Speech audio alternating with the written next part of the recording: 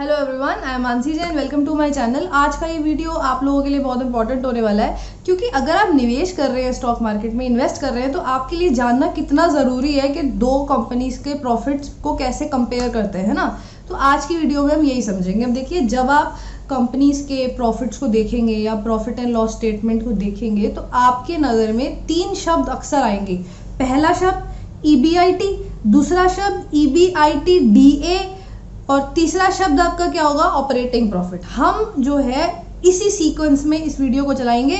सबसे पहले समझेंगे EBIT क्या होता है, फिर EBITDA क्या होता है, फिर ऑपरेटिंग प्रॉफिट क्या होता है। मैं आपको एंड में ये बताऊंगी, क्योंकि बहुत ज़्यादा इंपॉर्टेंट है कि भाई ऑपरेटिंग प्रॉफिट और EBIT में क्या फ़र्क है, क्योंकि कई लोगों को ऐसा लगता है कोई फ़र्क नहीं है।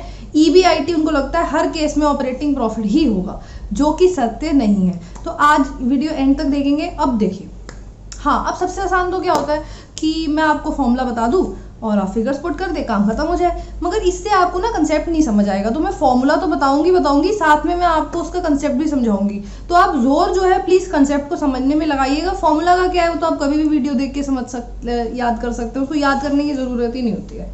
अब देखिए, EBIT क्या होता है। EBIT की फुल फॉर्म क्या होती है, earning before interest and tax. और ये बड़े आसान तरीके से निकलता है। आप मुझे बताइए, आप कोई काम करते हैं तो उसका प्रॉफिट कैसे निकालते हैं। अब आपने 100 रुपए कमाए, उस 100 रुपए को कमाने में आपके 50 रुपए का खर्चा हो गया, तो कितना प्रॉफिट हुआ, 50 रुपए प्रॉफिट हुआ। कितना आसान है आपके लिए।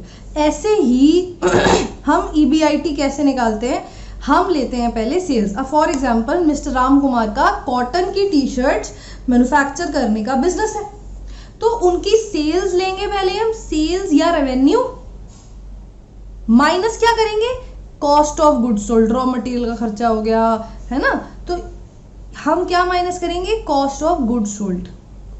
जो ओपनिंग स्टॉक है, जो उन्होंने परचेजेस करी, रॉ मटेरियल खरीदा, तो जब ये माइनस कर देंगे ना, सेल्स में से cost of goods sold minus कर देंगे, सेल्स माइनस कॉस्ट, अभी बताया मैंने आपको, तो क्या निकलेगा, gross profit.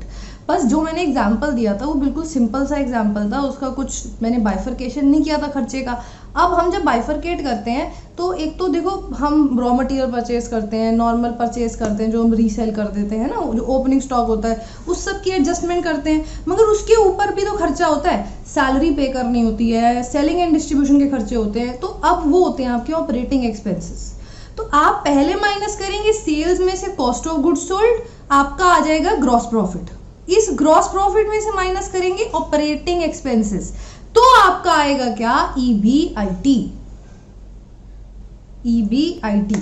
Earning before interest and tax. अब ये फॉर्मूला आपके स्क्रीन में आ रहा होगा, मगर प्लीज इस फॉर्मूले को मत रटिए, आप समझिए, नहीं तो आपको ये कंसेप्ट कभी समझ नहीं आएगा। अब ये होता है, देखिए EBIT। आप क्या करते हैं, आप दो कंपनीज का EBIT कंपेयर कर लेते हैं। अब EBIT को हम EBIT कहते क्यों है, यानी कि उसको ऐसे क्यों बोलते हैं, earnings before interest and tax. क्योंकि देखो, जब एक बिजनेस है फॉर एग्जांपल, तो उसकी वही खर्चे नहीं होते ना, operating expenses, cost of goods sold, उसके इंटरेस्ट के भी खर्चे होते हैं। अब उसने डेट ले रखा है तो डेट ले रखा है तो इंटरेस्ट देगी ना वो। ऐसे ही टैक्स भी तो हर साल देना होता है, मैंडेटरी एक्सपेंस है। तो अब इनको तो अकाउंट फॉर ही नहीं किया, तो इससे फायदा क्या होता है, पहले हम ये देखते हैं। तो अब देखो, जैसे दो कंपनीज हैं, एक कंपनी यहाँ की, एक कंपनी बाहर की है, आप उन दोनों के रिजल्ट्स कंपेयर कर रहे हो। अब यहाँ पे तो टैक्स कट नहीं हुआ, वहां पे टैक्स कट हो गया। अब अगर टैक्स कट वहां पे हुआ, यहाँ पे नहीं हुआ, तो दोनों के रिजल्ट्स तो फर्क ही आएंगे ना। जहाँ का टैक्स ज्यादा है वहां का प्रॉफिट कम हो जाएगा, जहाँ का टैक्स कम है वहां का प्रॉफिट ज्यादा हो जाएगा। तो ये चीज ये जो है प्रॉब्लम इसी में आएगी नहीं EBIT से कंपेयर करने में, क्योंकि इसमें टैक्स का इफेक्ट ही नहीं है। दूसरा इसमें फायदा क्या है कि इसमें इंटरेस्ट को हम माइनस नहीं करते। इंटरेस्ट यानी कि कौन सा इंटरेस्ट, भाई कोई लोन ले रखा है उस पर इंटरेस्ट जा रहा है, तो उसमें माइनस नहीं करते। अब देखो, कैपिटल इंटेंसिव इंडस्ट्री होती है, जैसे ऑयल एंड गैस इंडस्ट्री है, तो इसमें ना फिक्स एसेट्स बहुत ज़्यादा यूज होते हैं, बैलेंस शीट में फिक्स एसेट्स बहुत होते हैं। नॉर्मली इन फिक्स एसेट्स को फाइनेंस किया जाता है डेट लेके। अब कोई डेट लेगा तो उस पर इंटरेस्ट भी पे करेगा। अब दो कंपनीज हैं, ऐसा जरूरी नहीं है कि सब ज्यादा फिक्स एसेट, ज्यादा डेट लें। अब एक कंपनी है उसने डेट ज्यादा ले रखा है, एक कंपनी है उसने डेट कम ले रखा है। दोनों, अब इंटरेस्ट जो है अगर आप देखोगे तो इंटरेस्ट एक का कम होगा, एक का ज्यादा होगा, तो फिर आप कैसे कंपेयर करोगे, दोनों के प्रॉफिट्स तो अलग ही आएंगे ना। अब दोनों के प्रॉफिट्स लाख लाख है, एक ने ज़्यादा डेट ले रखा है, उसका इंटरेस्ट ज़्यादा आ रहा है तो उसके प्रॉफिट्स कम हो जाएंगे, एक ने कम डेट ले रखा है, उसका इंटरेस्ट कम है तो उसके जो है प्रॉफिट्स ज़्यादा हो जाएंगे। तो ये प्रॉब्लम भी इसमें नहीं आती क्योंकि इसमें इंटरेस्ट को हम माइनस ही नहीं करते। मगर ये इसका लिमिटेशन भी है। ये लिमिटेशन कैसे है अब ये समझते हैं। तो EBIT के दो लिमिटेशंस है। पहला लिमिटेशन इंटरेस्ट से रिलेटेड है, इसलिए पहले मैं वही बताती हूँ। देखो अब अगर एक कंपनी है, एक बिजनेस है, उसके कैश फ्लोज ही नहीं है, रेवेन्यू ही नहीं है, तो अब रेवेन्यू नहीं है तो ऑपरेशंस करने के लिए पैसा तो चाहिए ना, काम करने के लिए पैसा तो चाहिए, रोकड़ा तो चाहिए, तो वो कहाँ से आएगा? लोन लेना पड़ेगा। लोन लेंगे, ज़्यादा लोन लेंगे तो ज़्यादा इंटरेस्ट पे करेंगे, तो ये जानना ज़रूरी है ना आपके लिए। मगर EBIT में तो कुछ पता नहीं चलेगा। EBIT क्या करता है? EBIT इंटरेस्ट को माइनस ही नहीं करता, उससे उसकी अर्निंग्स इन्फ्लेट हो जाती है, अर्निंग्स ज़्यादा हो जाती है ज़बरदस्ती, क्योंकि इंटरेस्ट तो है ही नहीं। चाहे इंटरेस्ट ज़्यादा हो चाहे कम हो, माइनस तो किया नहीं, तो अर्निंग ज़बरदस्ती ज़्यादा आ जाती है। तो ये नुकसान है ना, क्योंकि आपको पता ही नहीं चलेगा उसने कितना डेट ले रखा है, कितना इंटरेस्ट जा रहा है। इसलिए ये जानना भी ज़रूरी है कि कंपनी का इंटरेस्ट कितना जा रहा है डेट पे। ये थी पहली लिमिटेशन EBIT की। दूसरी लिमिटेशन है डेप्रिसिएशन। अब EBIT में हम डेप्रिसिएशन ऑलरेडी माइनस करके आ रहे होते हैं। अब एक कंपनी है, सपोज करते हैं, वो अब नए एसेट्स नहीं खरीद रही है, पुराने फिक्स एसेट चलते आ रहे हैं, उसका डेप्रिसिएशन माइनस हो रहा है। डेप्रिसिएशन क्या होता है? फॉर एग्जांपल एक आपने प्लांट एंड मशीनरी ली और 2 लाख की ली, तो क्या होगा? बेसिकली आप इसका डेप्रिसिएशन माइनस करते जाओगे, ओवर द ईयर्स इसकी कॉस्ट को आप डिवाइड कर दोगे, उससे आपका प्रॉफिट कम होता रहता है डेप्रिसिएशन। मगर समय के साथ साथ डेप्रिसिएशन भी तो कम होता रहता है ना, वैल्यू कम होती रहती है, उस पर डेप्रिसिएशन लगता रहता है, तो डेप्रिसिएशन भी घटता जाता है। अब एक कंपनी, एक बिजनेस है, वो नए फिक्स एसेट नहीं परचेज कर रहा, उसके पुराने फिक्स एसेट तो डेप्रिसिएशन कम ही जाएगा, तो प्रॉफिट ज्यादा दिखेगा। वहीं पे अगर दूसरा कंपनी है, वो नए फिक्स एसेट परचेज कर रही है, उसका डेप्रिसिएशन ज्यादा ही दिखेगा, तो प्रॉफिट कम दिखेगा। तो अब ये लिमिटेशन जो है, डेप्रिसिएशन वाली लिमिटेशन, उसका क्या इलाज है? उसका इलाज है कि आप EBIT DA निकाल लो। उसमें हम क्या करते हैं? डेप्रिसिएशन एंड अमोर्टाइजेशन को वापस ऐड कर देते हैं।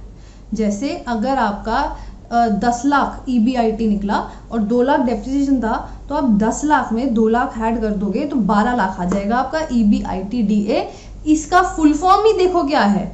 Earnings before interest, tax, depreciation and amortisation. तो मैं अभी तक फिर रिपीट करती हूँ कि पहले आप माइनस करेंगे सेल्स में से कॉस्ट ऑफ गुड्स सोल्ड, आएगा आपका ग्रॉस प्रॉफिट, ग्रॉस प्रॉफिट में से माइनस करेंगे ऑपरेटिंग प्रॉफिट, ऑपरेटिंग एक्सपेंसेस, क्या आ जाएगा? Net profit. इसको हम क्या बोलेंगे? EBIT। EBIT में अगर आप डेप्रिसिएशन को ऐड कर देंगे, अमोर्टाइजेशन को ऐड कर देंगे, तो क्या आ जाएगा आपका? EBIT DA। ये क्लियर है यहां तक? नीचे कमेंट बॉक्स में बताओ मुझे। अब देखो, अब आगे देखो, अब मेरी बात को ध्यान से सुनना।